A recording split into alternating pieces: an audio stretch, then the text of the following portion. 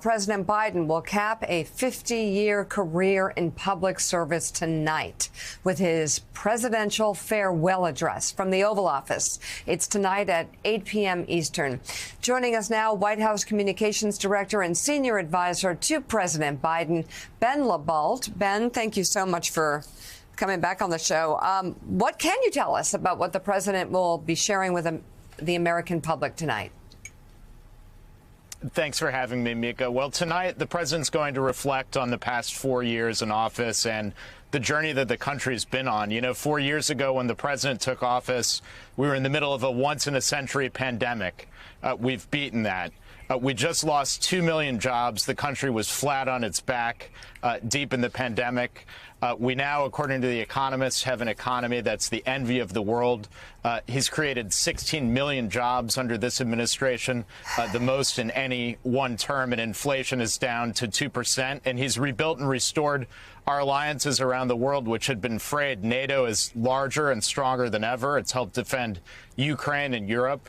Our alliances in the Pacific have been rebuilt. He brought Japan and South Korea together against all odds, and we're in a much stronger and more secure position. So he'll reflect on those things, but it's not going to be a laundry list of accomplishments. It's really also going to leverage the 50 years he's had in public life to reflect on the moment we're in and where we go from here, how we keep our democracy strong and defend it.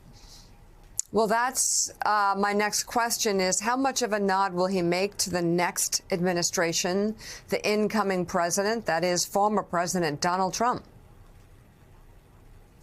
It's not going to be a partisan speech. It's going to be a reflection on the moment that the country is in. I think he'll talk about principles like how important balance of power is, why it's enshrined into our Constitution, the importance of speaking out and standing up for what's right and having a strong civil society. The election results are clear, but it was, at the end of the day, still a close election. It was only decided by 1.5 points. Less than 300,000 votes, and the blue wall would have changed the outcome.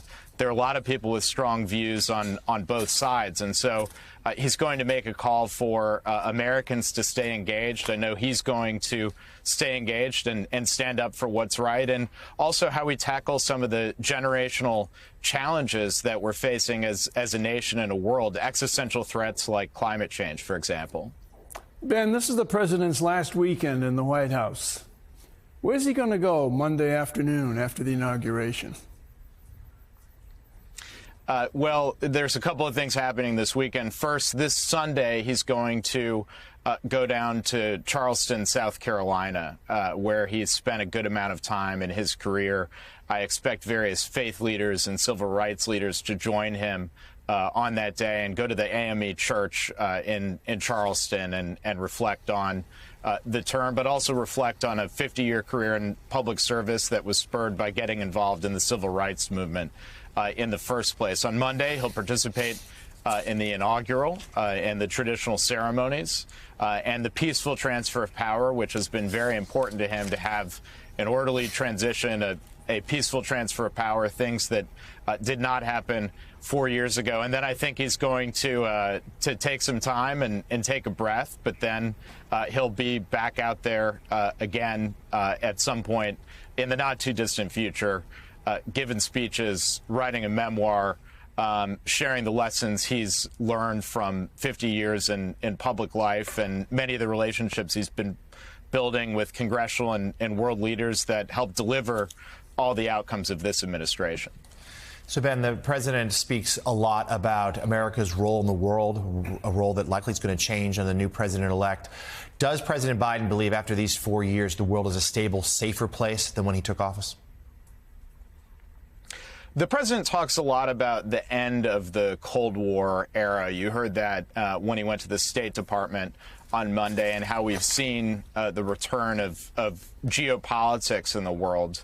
He believes the best way to deal with that is to have strong alliances and friends around the world, and that's why he spent so much time rebuilding our alliances in Europe, creating new partnerships and alliances like the Quad and AUKUS, which help us both from a security standpoint and an economic standpoint. Our adversaries are weakened as the president leaves office. Iran hasn't been in a weaker position for years. When the president was entering office, people said that China was prepared to dominate economically. That hasn't happened. We have a stronger economy here in the United States. But it's going to take very vigilant leadership and a continued investment in those alliances over our adversaries. And so he believes he's left the country in a more stable place, in a more powerful position in the world, and he hopes that those policies continue. Ben, good morning. As part of this reflection for President Biden ahead of the speech and ahead of the inauguration of the next president 5 days from now, what about regrets as he thinks through? He said in an interview a couple of weeks ago that he thought perhaps he should have stayed in the race and that he believes he actually would have had a shot to beat Donald Trump. Does he regret not moving quicker on the border, an issue that really was at the center of a lot of people's concerns during the election? What are some of the regrets or a regret that the president has? Yeah, well, look, we could go issue by issue on the border. The first piece of legislation he introduced had Republicans in Congress passed it, involved significant border security. He took executive action to make sure that we did reduce illegal border crossings and get the border into a manageable place. We could go on and on through that list. I think the thing he regrets about where Washington is today, you know, he's really tried to govern in a bipartisan way. And he did that throughout his career, his over 30 years in the Senate. People said he couldn't govern in a bipartisan way when he came in. He passed, for example, the infrastructure bill and the CHIPS and Science bill to bring the semiconductor industry back to the United States in a bipartisan way. But he talks about the fact that on the Hill, Republican and Democratic senators used to be able to eat together in the cafeteria and get to know each other. And get to know each other in a personal way where they didn't question each other's motives and had respect for each other. And he believes the country should get back to a place where everybody can work together again, everybody can talk to each other again. We can lessen the sort of heavy partisanship that you've been seeing coming from the other side. He would like to get back to that. He tried to do it in a bipartisan way and wants to leave that as an example. But he does believe that the country is too fractured right now and the parties are too fractured. Sounds like more frustration with D.C. than personal regret. White House Communications Director, Senior Advisor to President Biden, Ben LaBolt. Ben, thanks so much. We appreciate it.